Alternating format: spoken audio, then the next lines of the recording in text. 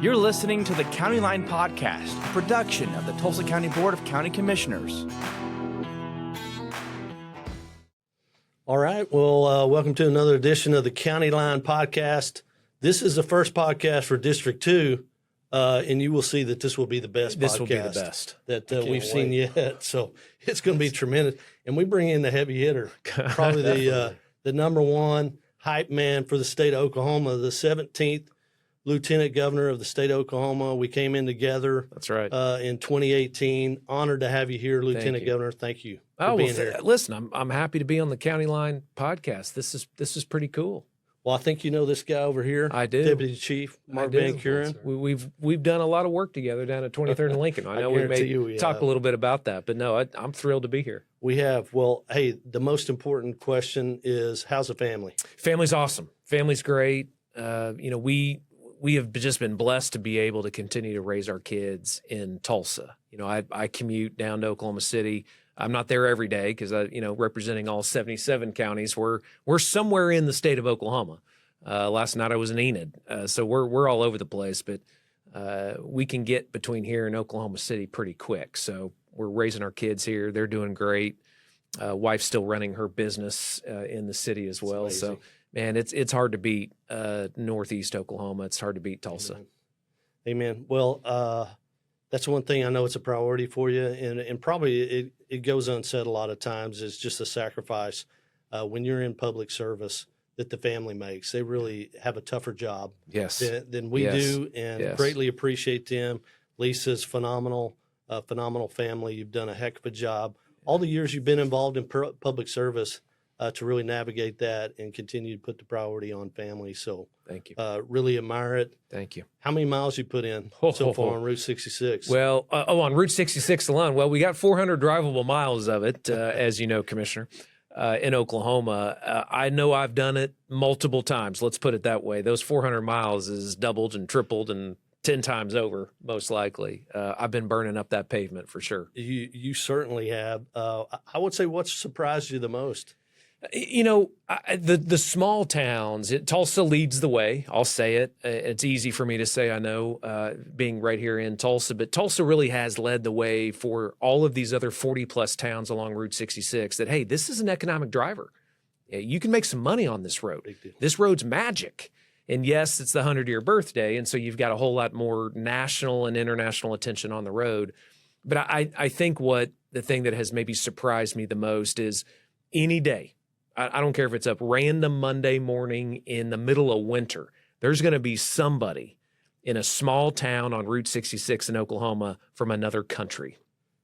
It's 12 months out of the year. It's 12 months out of the year. It's not like this is just hot over the summer. It is all year long. And if you stay at a location long enough, you're going to meet somebody from another state and most likely somebody from another country. And it just, I want more and more people to see that so that they can see how important the tourism draw is. If you don't hit the road and don't see it for yourself, you're just seeing the brown historic Route 66 sign and not recognizing and realizing how big of a deal it is. You'll recognize and realize it real quick if you just go stop at one of these roadside attractions. Well, I mean, you speak to the competition that's out there in Oklahoma. I mean, we have our rivalries. Yes. You get the Sooners, you get the Cowboys. Yeah. Right. Any rivalries popping up when it comes to Route 66? Oh, there is. Yeah. I mean, I think Oklahoma City has had to raise their game when it comes to Route 66. I mean, they're seeing all this, Tulsa, doing all this Route 66 stuff, and that we're the capital of Route 66. Oklahoma City has helped them raise their game. It really has, which is great. I mean, Oklahoma City is the 20th largest city in America today, so we need Oklahoma City to own Route 66 as well. So I would say, that Tulsa-Oklahoma City rivalry, the fact that both towns have Route 66, it's good for both towns. It helps them raise their games. It certainly is a competition, and Oklahoma City did get the Thunder. Yes. But I think we have definitely taken advantage of Route 66. Oh, yeah, I mean, we just traveled through in a 68 Shelby yeah, we did. Mustang. Thank you very much, Eddie Creek Palm, for the tour. but the Land of Giants went over into that Pearl District. Yeah. That has just become spectacular as far as destinations. I think that Pearl District, Meadow Gold, Land of the Giants, Ike's to Mary Beth's, you know, all of her her takeover in a good way of 11th Street there. That really is the epicenter of Route 66 in the United States today, not just in Oklahoma. That really is the most popular spot, you know, down to the Mother Road Market, that whole area, and it's so walkable now. You're seeing people entering into retail, coming out of retail, holding bags, right? Spending money. That's what it's about. It's creating sales tax in our community and getting small business owners and entrepreneurs popping up along the route. That's what it's all about too. Well, and there's some iconic restaurants, and we just visited one, Ike's did. Chili. I think Deputy Chief. I think I set the record there on Coney's. Good. Consecutive days, not numbers. Just We have been to Ike's more than a few times, and I think people along the route are going to find that to be a great gathering place, and that's something we talked with Lynn, the manager, about. That really is what brings America together. It is. You know, it's a year of America 250. It's a year of Route 66 100. Right. There's a lot of things that divide us in this country right now. Politics, you know, we're part of that world. But one thing that definitely brings us back together is Route 66. Yeah. It's the greatest America road trip, really, that you can have. It's iconic, as we said, but it is magical. You go into Ike's, that is everything that a tourist wants, right? Yeah. It's that Americana roadside stop. And Lynn said he treats everybody that comes in those doors as family. I loved when he said that today. That's what these tourists are looking for. They're looking for that authentic American experience. And if you want to see America, you got to see Oklahoma, and you got to hit Route 66. No doubt about it. We've spent a lot of time grabbing chili. When you think of the capital, I would say you probably branded us that. So thank you, Lieutenant Governor, for really recognizing the investment that the local community has made, our constituents, the taxpayers here, who really believe in Route 66, that understand this is America, this is freedom. So thank you for branding us as a capital. And really, that's transcended across the country. I just saw you on Fox News, the morning show with Ducey and Steve Ducey, and talking about the capital. So I think they've embraced it, that this is the capital, Route 66. So thank you for that. Of course. Just kind of speak to it a little bit. You know, and you mentioned taxpayers, you know, and you all have to do this in county government as well. I mean, all the projects that you all have to do, connecting the dots for taxpayers of what that investment means to the county, what that investment means to a city or a state. Again, someone purchasing a trinket at Mary Beth's Buck Adams, that is sales tax dollars that stay in Oklahoma that then help pay for police and fire departments that we have in the city of Tulsa. And so it's that shopping local. It sounds great when you say shop local, gives you all the warm and fuzzies, but you got to make sure taxpayers understand what that actually means when you say shop local. So for us, it's getting people to slow down, get off these highways, get into the retail, get into the hotels, get into the roadside attractions, and spend money and create lifelong memories. Lifelong memories. But you got to make that connection to taxpayers, because people that have grown up in Tulsa and they see that historic brown Route 66 sign, a lot of people don't make that connection of what it actually means, but it does mean freedom. It means freedom to international tourists in particular.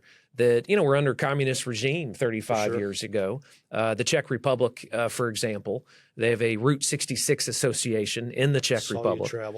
And they, you know, when they were freed from communism, they came to Oklahoma. I mean, think about that story. So the Mother Road was America to them. Many countries where there was no such thing as a tourist. And when they were freed from communism, when they could travel the world, they came to Oklahoma. We've got to be talking about that, because that's what we do. We bottle up and we sell freedom as a city and as a state. Well, and I think that's what we're bottling up on Route 66 is just that American spirit. Yes. And it does inspire so many, I think, around the world. I think Reagan used to say we're that lighthouse on the hill. And really, Route 66, you get to really experience and see the true diversity of America, just the different when it comes to landscapes, to people. No doubt. You know, we worked extremely hard in the House, and we were talking about one of the majority leader, Mark Lawson, Mm-hmm. who we served with, has really been a champion in the House for establishing the Centennial Commission, Yep. which really planned out all the events. Mm-hmm.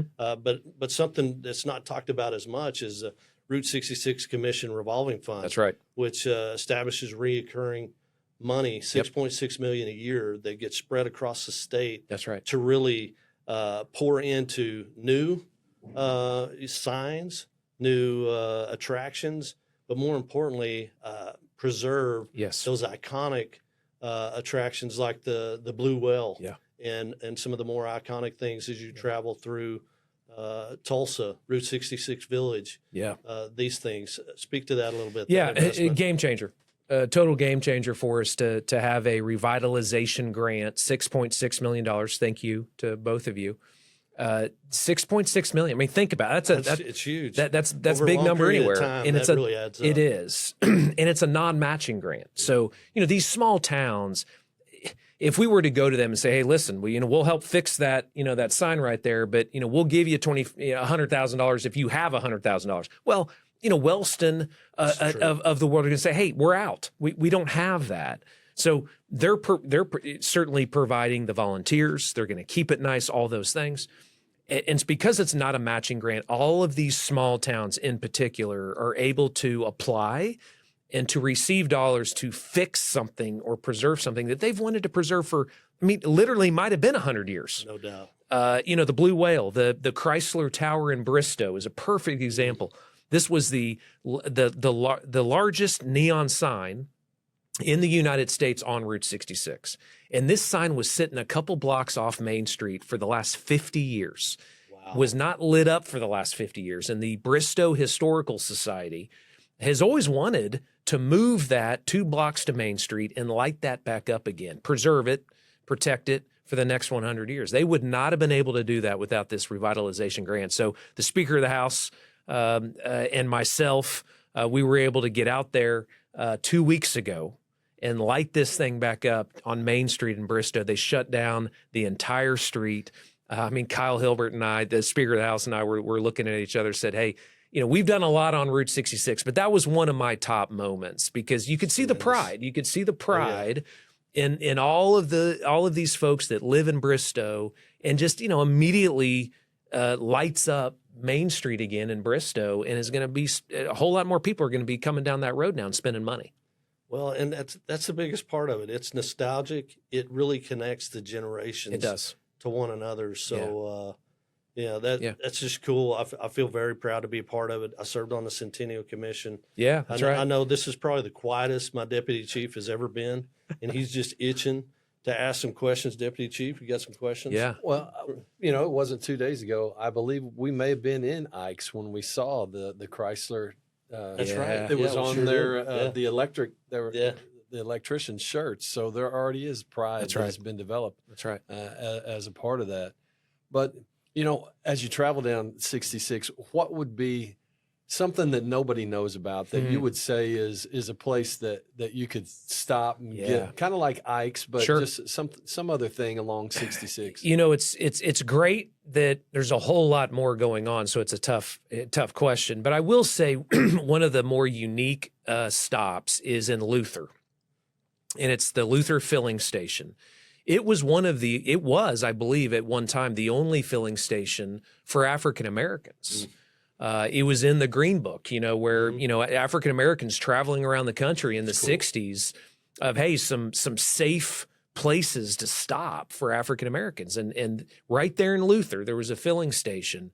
And we are preserving that filling station right now. The Threet family still own that filling station. And it's been passed down from generation to generation.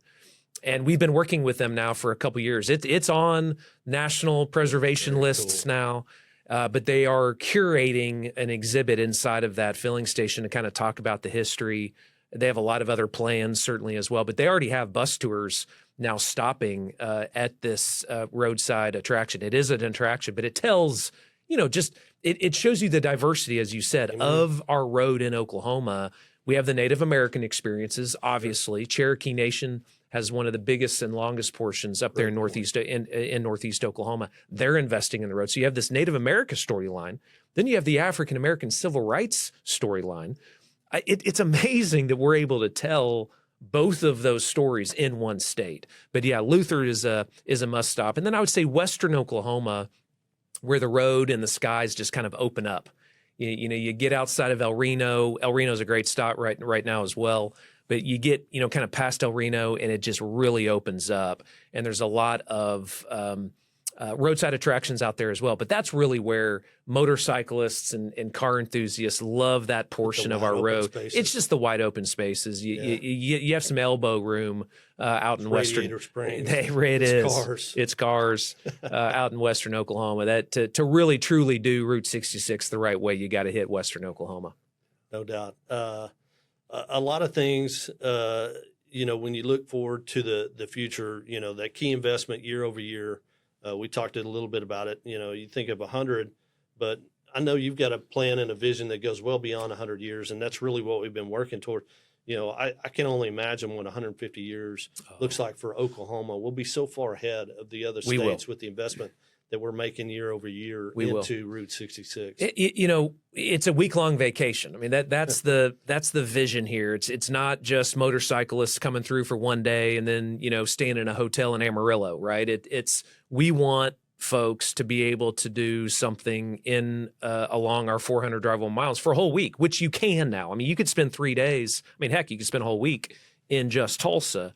So we've created and preserved and protected the road. We're building new things, yes. But now that younger generations are geeking out on Route 66 and baby boomers alike, you have all of these different generations that are now hitting Route 66. It's bumper to bumper traffic, truly is in some of these towns now. So, I mean, 50 years from now, no telling how big this road's going to be, not just for us, but Arizona and California, all 8 states. We want all 8 states because we do want it to be. I mean, that is the true iconic road trip is to hit all 8 states if you can. A lot of the international tourists do because they come over and they stay 2 weeks. So we want them to stay an extra day or 2 in Oklahoma, and they are now. They know Oklahoma is the biggest and best Route 66 state. We've certainly planted our flag on that. Well, and speaking of cruising Route 66, we have a very big event that's coming up on May the 30th. We do. Speak a little bit about that. Yeah. Well, thank you for bringing that up. That is our Guinness Book of World Record car parade attempt. Right out these doors, pretty much. The longest car parade in history. I know. Hopefully no rear ends. No rear ends. There better not be because that parade can't stop. It's got to keep going. But we have over 3,000 cars already signed up for this. But we're still, it's still open. Renee McKinney at Visit Tulsa, who does an amazing job for us on Route 66. They're running this. It was their vision. It was Renee's vision and their Route 66 group here in Tulsa. It probably will be the largest event that we do all year, though. I mean, it's an official centennial event. Tens of thousands of people. I'm not going to say how many tens of thousands of people, but there's going to be people lining this 7 miles of road where the parade route's going to be. But it's going to be right down there on 11th Street. As we were talking to Ike, he's just going to have a big pot of chili, serving chili. But yes, May 30th. Look this up. Try to be out there either at just lining the parade route for us, or put your car in the parade route. We have more the merrier. Do you know your car? You know I don't know my car, but I have a car. I'm one of the grand marshals, so I'm just going to get in a car and they're going to drive me, and I'm going to wave. I'll tell you what, we're going to have to figure something out. Because Cowboy Stevens, yes, you know, his father was the model. That's right. For the Golden Driller. That's right. Yes. And so Cowboy called me up and he said, "Hey, I've got another event. I'm not sure I'm going to be able to be there. You think you can drive Dad's pickup?" And I was like, "Well, heck yeah. You know, I'll drive that thing." And now he calls me up and he said, "Hey, I'm actually going to make the event. So you're riding with me, right?" So I've got to find another vehicle, or I'm riding with Cowboy. Or you're riding with Cowboy. And so he's going to tell you some stories. If you run across some extra ones out there, I'll tell you. Eddie Creekbaum. I'll tell you. Who gave us a ride today. And, you know, I got to give a disclaimer because we drove across the Sire Savory Bridge, 11th Street Bridge, so iconic, so instrumental in why Route 66 comes through Tulsa. Yes. And the city of Tulsa actually did a great thing. They put what's called the musical road in place. So we had to drive across. We did. And listen to the music. But then we made Eddie drive backwards across it, to see, when you drive backwards across the music, what's the song that plays? What was it? Okie from Muskogee. It was Okie from Muskogee. Yeah, So just disclaimer, don't not do drive that. That's backwards across the musical road. But we had some big fun with Eddie. We did. On now the drive. It really plays "This Land Is Your Land," which again I does. think ties this up to a nice bow for us because this land is made for everyone. It really is. And this road is for everyone. It's a shared road among 8 states. And that's what's so cool about it too, that you can be hanging out with someone from Japan and someone from Tulsa, and it's this shared experience to talk about America, to talk about where they're from too, and you make lifelong friends with strangers. You can't do that. You really, I mean, think of another experience in America where you can do. It's really hard to think of something else. Route 66 is it. That's why it's magic. Love it. Thank you so much for being here today. It's been an honor to serve with you. Thank you. It's been an honor to serve with you all. Thank you for your service. I know you got big things ahead with ORU. We do. You'll be here local in Tulsa County. We will. I'm sure we'll have you on the Tulsa County line more than a few times. Please. And thank you for making this the best podcast that we've had here.